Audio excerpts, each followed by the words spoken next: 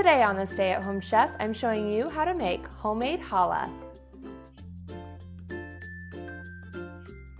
Finding challah in a store is kind of hard, but making it at home is super easy. We're going to start by making our dough right here in our stand mixer by pouring in 2.5 cups of warm water. Then we'll add in a tablespoon of yeast, a 1/2 cup of honey. It helps if you spray your measuring cup with nonstick spray so the honey doesn't stick and it pours out a lot easier. That makes it a lot easier to measure sticky things like honey.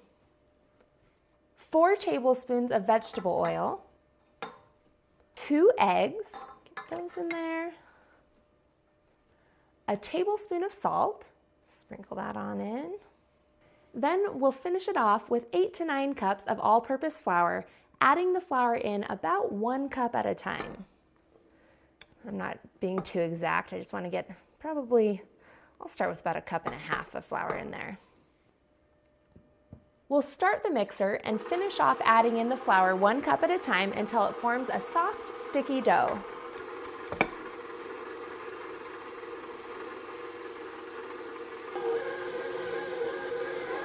Once the dough pulls away from the sides, you can go ahead and remove it and transfer it to a lightly greased large bowl. It should be nice and sticky. And then we'll cover it with a clean dish towel and let it rise for 90 minutes. After 90 minutes, divide your dough in half. This recipe makes 2 challah loaves. And we'll work on them one at a time. Then you're going to divide each of those 2 pieces into 6 pieces because I'm going to show you how to do a 6-stranded braid. I'd like to start by dividing it in half and divide each of those halves into 3. This doesn't have to be exact, but you want them to be fairly even in size. It's a little sticky, so you might want to put a little flour on your hands and on the counter so it doesn't totally stick to you.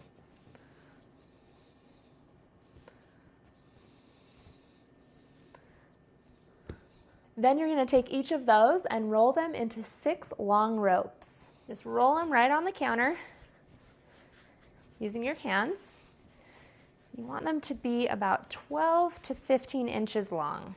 Now it's time to braid it all together. A 6-stranded braid is a little intimidating, but being able to see how it's done makes it a lot easier. However, if you can't figure it out, you can always just do 3 ropes and braid those together too. So we're going to start by lining all 6 up together, pinch them all together at the top end, and then pull the far left all the way over, the far right all the way over, make a little center spot, and this one goes in the middle. I like to tighten this up a little at the end especially.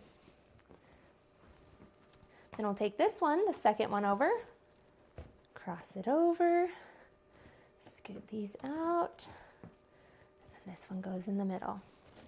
Second, cross over, scoot these over, and we have the middle. You can tighten this up as you go. Then you just keep on going until you get to the end of your ropes. And then the end is a little tricky, so I'll show you how to do that. And at the end, you just kind of fudge it a little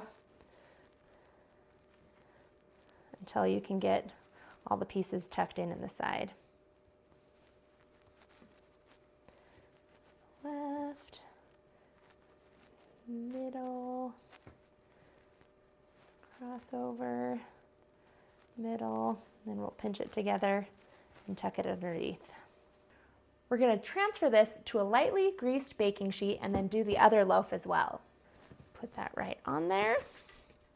Move on to our next one. Once you have both of your loaves braided, cover them with your clean dish towel and let them rise for another hour. Once your loaves are almost finished rising, we're going to beat an egg together with 1 tablespoon of water and brush it over the loaves. Bake this in a 375-degree oven until it's golden brown.